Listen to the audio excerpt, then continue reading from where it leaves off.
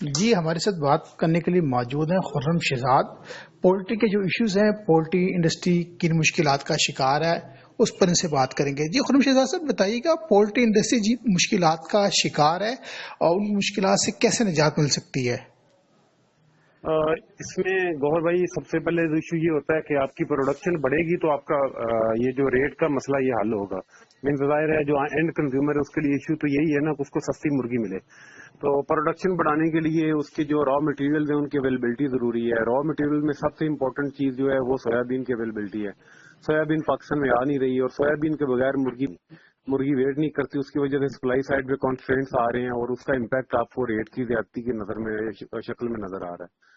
تو سب سے بہترین اور وے فارورڈ تو یہی ہے کہ اس کے جو کانسٹرینٹس بنے ہوئے ہیں اس کے را مٹیریل کے اویلیبلٹی میں گورنمنٹ ان کو کلیئر کروائے تو ان شاء اللہ تعالیٰ پولٹری انڈسٹری گرو بھی کرے گی اور لوگوں کو فیڈ بھی کرے گی ان شاء اللہ تعالیٰ۔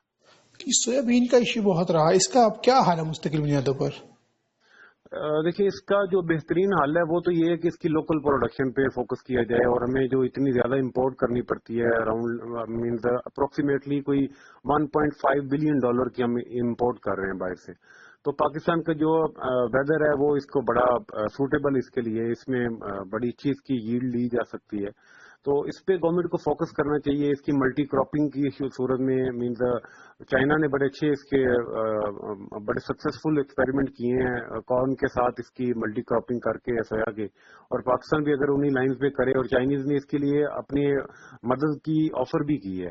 تو اگر پاکستان کی گورنمنٹ اس کا انیشیٹو لے، اس کی پیٹرنیج کرے اور اس کو یہاں پہ اس کو انٹروڈیوس کروائے ملٹی کراپنگ کو، تو پاکستان نہ صرف یہ کہ اپنی ضرورت کی سویابین پیدا کر سکتا ہے بلکہ سویابین کو ایکسپورٹ کرنے والے کنٹریز میں بھی شامل ہو سکتا ہے۔ تو سب سے بہترین تو وے فارورڈ یہی ہے۔ اس میں 2 3 4 سال لگیں گے لیکن یہ پرماننٹ بیسس پہ ہمیشہ کے لیے ایک پرابلم حل ہو جائے گا اور ہمارا فارن جو ریزروز ہیں ان کے اوپر کوئی امپیکٹ بھی نہیں آیا کرے گا، الٹا یہ جو فارکس ہے اس کو بڑھانے میں مددگار بھی ہو سکتا ہے۔ جی ایم او کا مسئلہ بہت درپیش رہا پچھلے دنوں، بڑا اس کے بارے میں مختلف باتیں کی جاتی رہی۔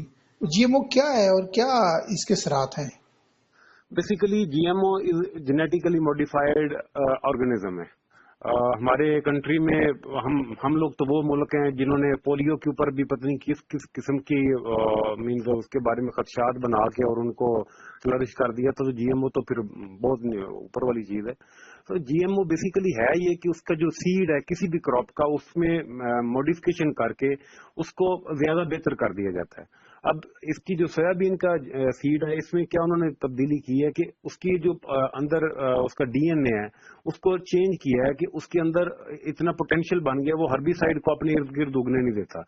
جس فیلڈ میں اس کو گرو کیا جاتا، سو کیا جاتا، وہاں پہ یہ اگتا ہے تو وہاں پہ ہربی سائڈ نہیں اگتی۔ جب ہربی سائڈ نہیں اگتی تو آپ کو پیسٹی سائڈ کی ضرورت نہیں پڑتی، اور جب پیسٹی سائڈ کی ضرورت نہیں پڑتی اس کے اوپر وہ کسی قسم کا کوئی زہریلا مواد کا چھڑکاؤ نہیں ہوتا، تو اس کی وہ ییلڈ اس کی زیادہ بہتر ہوتی ہے مینز انسانوں کے لیے یا کوئی بھی کھانے والا اس کے لیے۔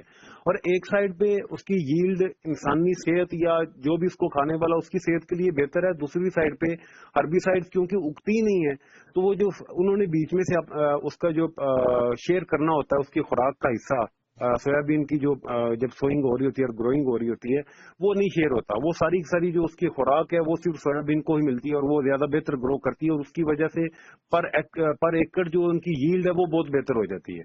اور اس ٹائم دنیا میں 95% جتنی بھی سویابین گرو ہو رہی ہے انکلوڈنگ امریکہ، ارجنٹائن، یوکرین اور some other countries from Africa, یہ بڑے اس کے پروڈیوسر ہیں سویابین کے، اور 95% جو بھی ایکسپورٹ ہو رہی ہے پوری دنیا میں جہاں پہ بھی مور دین 95% وہ جی ایم او پازیٹیو ہے۔ انڈیا بھی جی ایم او پازیٹیو پیدا بھی کر رہا ہے اور امپورٹ بھی کر رہا ہے۔ بنگلہ دیش پیدا نہیں کر رہا، امپورٹ کر رہا ہے۔ سعودی عربیہ، رشیا، چائنا بہت بڑا امپورٹر ہے G M O positive soybean کا۔ تو means almost every country on the surface of this plant is using G M O positive soya, اور بہت سی ادر جو کراپس ہیں ان کو بھی یوز کر رہے ہیں۔ مینز بہت سی جو سبزیاں ہیں وہ جی ایم او پازیٹیو آ گئی ہوئی ہیں، پاکستان میں ان کا انٹروڈکشن نہیں ہوا لیکن بنگلہ دیش اور انڈیا میں ہو چکا ہوا ہے۔ بینگن جو ہے یہ آ گیا ہوا ہے موڈیفائڈ،